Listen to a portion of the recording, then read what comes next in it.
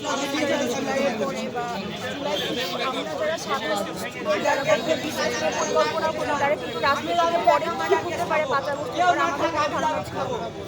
এখন যেরকম আমি রাজনৈতিক কোনো প্ল্যাটফর্মে জুলাইয়ের পরে যুক্ত হইনি, কিন্তু ভাই এই জিনিসটা খুবই করে দেখছি যে আমি নিজে জায়গা ছেড়েছি, এমন কেউ এসে জায়গাটা দখল করে নিছে কি ওই জায়গাটারই সমস্যা নাকি মানে কি মানুষের বাংলাদেশের মানুষের রক্ত। দেখেন আমরা বলতাম যে 50 বছরে আওয়ামী লীগ আসবে না, 5টা বছর লাগেনি। আওয়ামী লীগ ভারত থেকে যা করতেছে বাংলাদেশের মানুষের, আমাদের নিরাপত্তা কোথায়? হাদি ভাইয়ের দোষ কি ছিল? আপনার সংসদে দাঁড়ায় তো একজনের তো জবাবদিহিতা নিতে হতো, আমরা তো কেউ জবাবদিহিতার উঠেন, আমরা তো বৈষম্যর আন্দোলন থেকে এটাই শিখলাম। কিন্তু হাদি ভাই শুধু প্রশ্ন করা জবাবদিহিতা নেওয়ার জন্য তাকে প্রাণ দিতে হতো। এখন শুধুমাত্র এই বিচারটা আছে, যতক্ষণ না পর্যন্ত হাদি ভাইয়ের খুনিকে বাংলাদেশে নিয়ে আসে শুধু ফাঁসি দায় দিলে হবে না ভাই, ফাঁসি কার্যকর না হওয়া পর্যন্ত জুলাইয়ের আমরা যারা স্টেক হোল্ডার আছি আমরা এবার আর ঘরে যাবো না।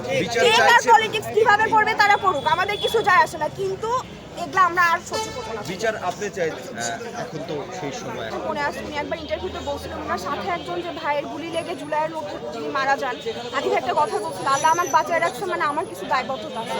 ঠিক যেরকম জানেন রাজশাহীতে আন্দোলনে যারা মানে সামনের সারিতে ছিল, আমিও তার মধ্যে একজন, হয়তো বা আল্লাহ আমাকে এতদিন আয়ু দিয়ে রাখছে, মানে হাদি ভাইয়ের বিচার নিয়ে তারপরে এখান থেকে ইনশাআল্লাহ ঘরে যাবো, এতটুকু বলতে পারি। ইনশাআল্লাহ।